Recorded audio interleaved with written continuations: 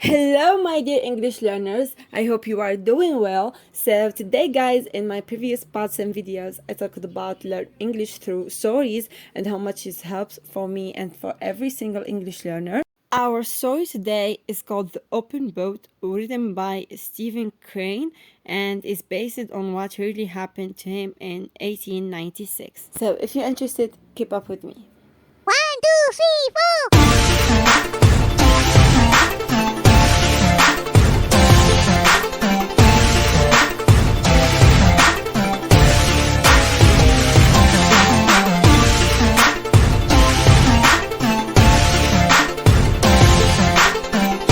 Crane was traveling from the United States to Cuba as a newspaper reporter. One night, his ship hit a sandbar. It sank in the Atlantic Ocean off the coast of Florida. Most of the people on board got into lifeboats. Crane was among the last to leave. There were 3 others with him, the ship's captain, the cook, and a sailor.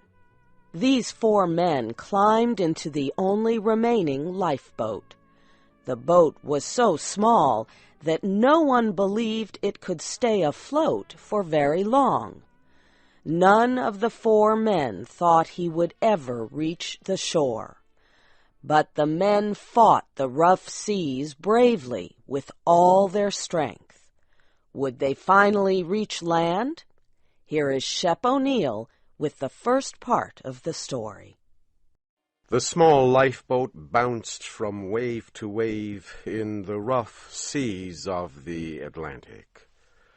The 4 men in the boat could not see the sky. The waves rose too high.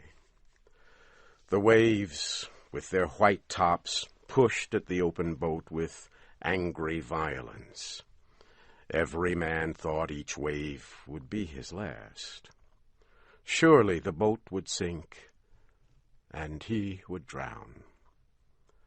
The man thought that most adults would need a bathtub larger than the boat they were sailing. The waves were huge, and each created a problem in guiding the direction of the boat. For 2 days, since the ship sank, the 4 men had been struggling to reach land. But there was no land to be seen. All the men saw were violent waves, which rose and came fiercely down on them. The men sat in the boat, wondering if there was any hope for them. The ship's cook sat in the bottom of the boat. He kept looking at the 15 centimeters which separated him from the ocean. The boat had only 2 wooden oars. They were so thin, it seemed as if they would break against the waves. The sailor, named Billy, directed the boat's movement with one of the oars. The newspaper reporter pulled the second oar. He wondered why he was there in the boat. The 4th man was the captain of the ship that had sunk. He lay in the front of the small boat. His arm and leg were hurt when the ship sank. The captain's face was sad. He had lost his ship and many of his sailors. But he looked carefully ahead, and he told Billy when to turn the boat. "Keep her a little more south, Billy," he said. "A little more south, sir," the sailor repeated. Sitting in the boat was like sitting on a wild horse. As each wave came, the boat rose and fell, like a horse starting toward a fence too high to jump. The problem was that after successfully floating over one wave, you find that there is another one behind it, just as strong and ready to flood your boat. As each wall of water came in, it hid everything else that the men could see. The waves came in silence. Only their white tops made threatening noises. In the weak light, the faces of the men must have looked gray. Their eyes must have shone in strange ways as they looked out at the sea. The sun rose slowly into the sky. The men knew it was the middle of the day because the color of the sea changed from slate gray to emerald green with gold lights, and the white foam on the waves looked like falling snow. As the lifeboat bounced from the top of each wave, the wind tore through the hair of the men. As the boat dropped down again, the water fell just past them. The top of each wave was a hill from which the men could see for a brief period a wide area of shining sea. The cook said the men were lucky because the wind was blowing toward the shore. If it started blowing the other way, they would never reach land. The reporter and the sailor agreed, but the captain laughed in a way that expressed humor and tragedy all in one. He asked, "Do you think we've got much of a chance now, boys?" This made the others stop talking. To express any hope at this time, they felt to be childish and stupid. But they also did not want to suggest there was no hope, so they were silent. "Oh, well," said the captain, "we'll get ashore all right." But there was something in his voice that made them think, as the sailor said, "Yes, if this wind holds." Seagulls flew near and far. Sometimes the birds sat down on the sea in groups near brown seaweed that rolled on the waves. The anger of the sea was no more to them than it was to a group of chickens 1,000 miles away on land. Often the seagulls came very close and stared at the men with black bead-like eyes. The men shouted angrily at them, telling them to be gone. The sailor and the reporter kept rowing with the thin wooden oars. Sometimes they sat together, each using an oar. Sometimes one would pull on both oars, while the other rested. Brown pieces of seaweed appeared from time to time. They were like islands, bits of earth that did not move. They showed the men in the boat that it was slowly making progress toward land.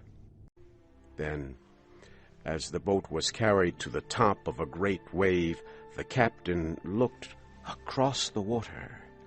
He said that he saw the lighthouse at Mosquito Inlet. The cook also said he saw it.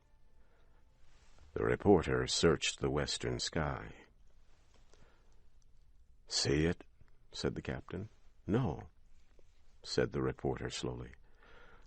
"I don't see anything." "Look again," said the captain. He pointed. "It's exactly in that direction." This time the reporter saw a small thing on the edge of the moving horizon. It was exactly like the point of a pin. "Think we'll make it, Captain?" he asked. "If this wind holds and the boat doesn't flood, we can't do much else," said the captain. It would be difficult to describe the brotherhood of men that was here established on the sea. Each man felt it warmed him. They were a captain, a sailor, a cook, and a reporter. And they were friends. The reporter knew even at the time that this friendship was the best experience of his life. All obeyed the captain. He was a good leader. He always spoke in a low voice and calmly. "I wish we had a sail," he said, "to give you two boys a chance to rest." So they used his coat and one of the oars to make a sail, and the boat moved much more quickly. The lighthouse had been slowly growing larger. At last, from the top of each wave, the men in the boat could see land. Slowly the land seemed to rise from the sea. Soon the men could see two lines, one black and one white. They knew that the black line was formed by trees, and the white line was the sand. At last the captain saw a house on the shore, and the lighthouse became even larger. "The keeper of the lighthouse should be able to see us now," said the captain. "He'll notify the life-saving people." Slowly and beautifully the land rose from the sea. The wind came again. Finally the men heard a new sound, the sound of waves breaking and crashing on the shore. "We'll never be able to make the lighthouse now," said the captain. "Swing her head a little more north, Billy." "A little more north, sir," said the sailor. The men watched the shore grow larger. They became hopeful. In an hour, perhaps, they would be on land. The men struggled to keep the boat from turning over. They were used to balancing in the boat. Now they rode this wild horse of a boat like circus men. The water poured over them. The reporter thought he was now wet to the skin, but he felt in the top pocket of his coat and found 8 cigars. 4 were wet, but 4 were still dry. One of the men found some dry matches. Each man lit a cigar. The 4 men sailed in their boat with the belief of a rescue shining in their eyes. They smoked their big cigars and took a drink of water.